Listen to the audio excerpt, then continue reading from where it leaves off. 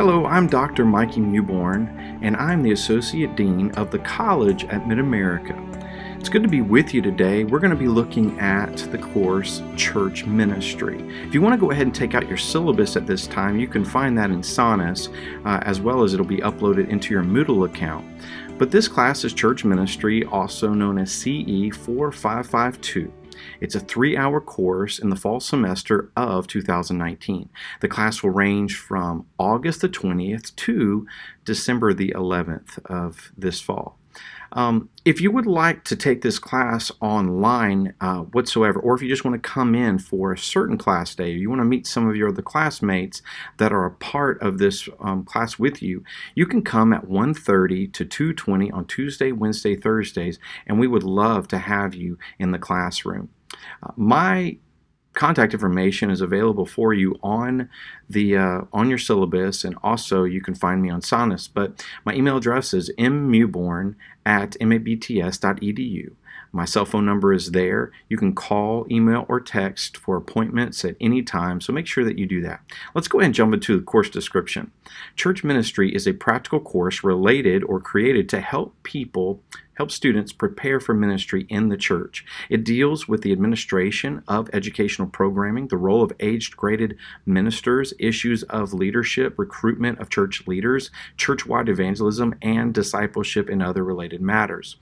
The course objectives. The course is designed to be highly interactive in the exploration of the dynamics of a variety of ministries within a local church. The student involved in this discovery learning process should be able to define the purposes of a New Testament church and examine the proper structure of the church, illustrate the biblical requirements for church leadership, develop a personal philosophy of church ministries based upon biblical and theological concepts, assess administrative and leadership qualities for the execution of various ministries of the local church, and number 5, create a discipleship ministry for a specific age group.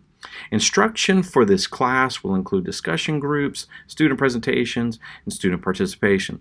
The course is highly interactive and necessitates that all participants engage in dialogue with the issues and concerns under discussion. So this is going to be a wonderful class for us to jump into, and we're going to be interacting a lot because some of you are in ministry now, and some of you are aspiring to be ministers, and you have a lot of questions, but the ones who are in ministry, maybe you have questions where you are, or maybe you have some comments about it, so we'll be looking at those things.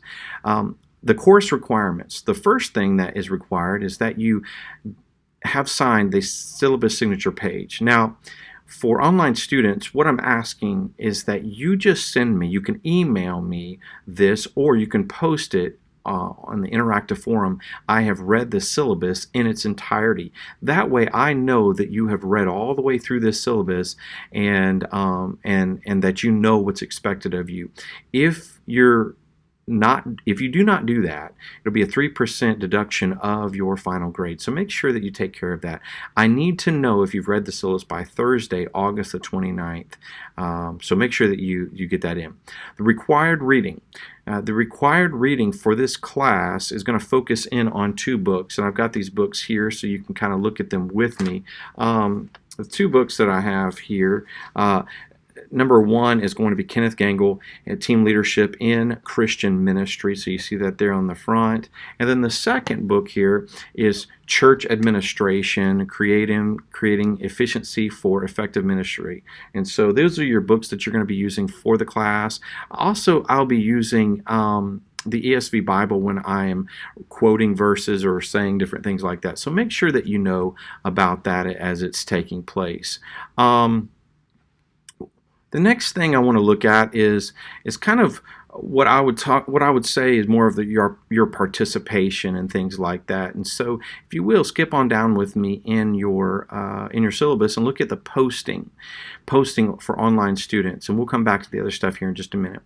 Class participation is going to focus mostly around interactive forums. Students are required to post comments online for each class session for their participation grade. Students should respond to both questions posted by the professor and respond to at least one post by by another class member. Posting fewer than 3 times per week will result in a lower grade. You can see the online posting rubric on page 12 of the syllabus. Weekly posts must be submitted by Sunday night at 11:59, and that's Central Standard Time. And so make sure that you take care of that. Make sure that you get your posting in. So here's how I see this. I would rather you watch the classes along with the residential classes on Tuesday, Wednesday, Thursday when they're posted.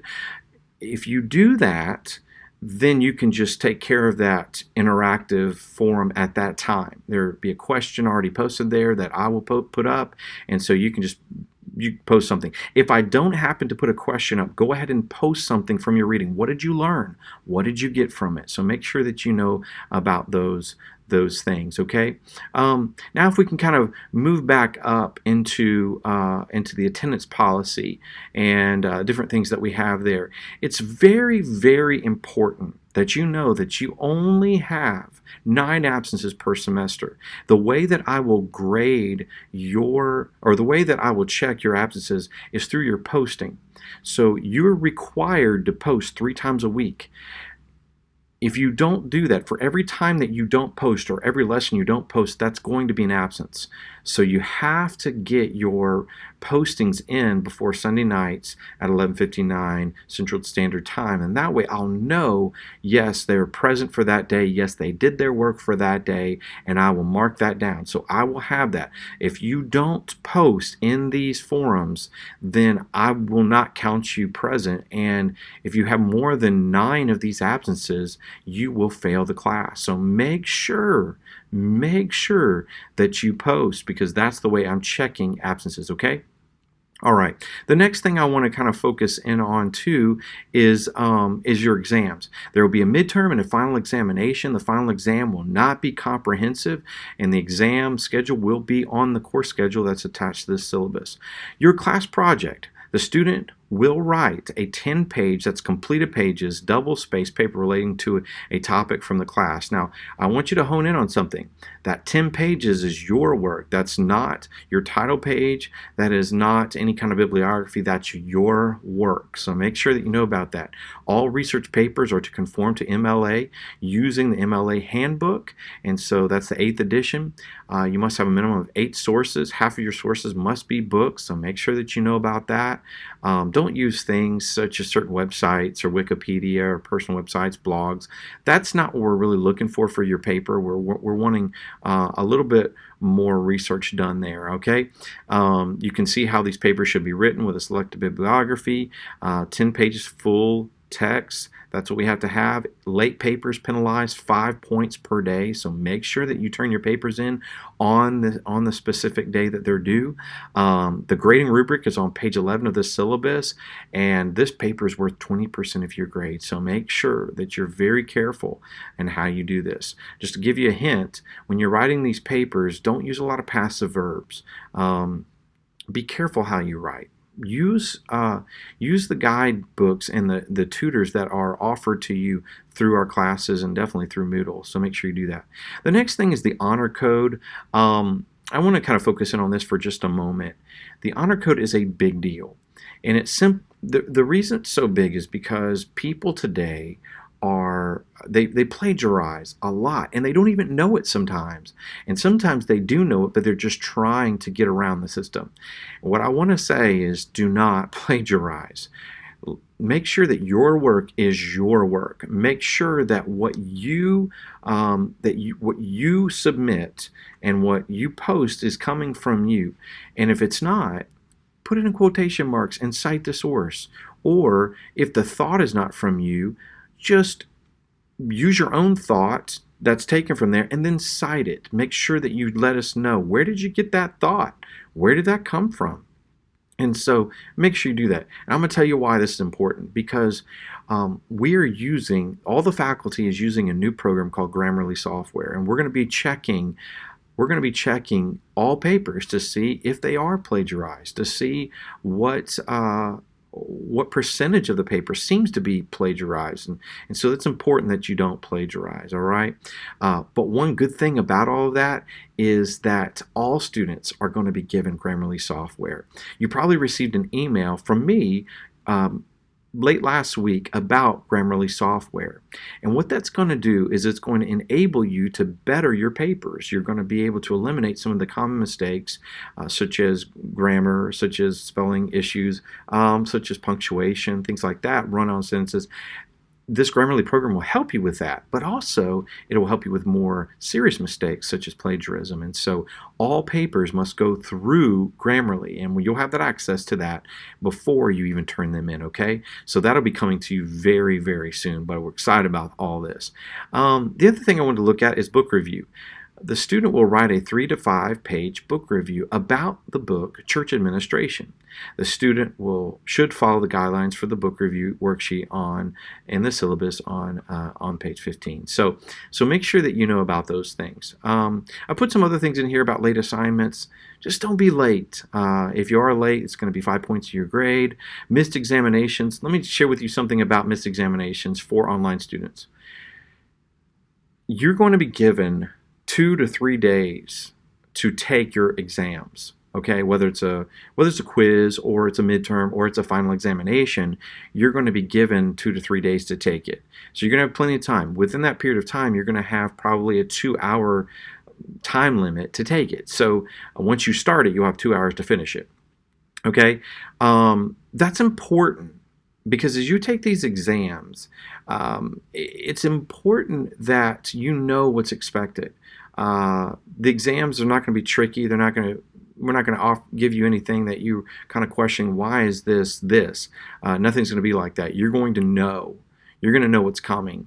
And so I'll help you with the review with those things. But make sure that you take that. If you miss the exam, you can't make it up. The only time you could possibly take it early or maybe take it late is if you are going on a trip and you don't have Wi-Fi, or an emergency takes place, and so it has you out of pocket for a while. So that's the only way you can miss exams.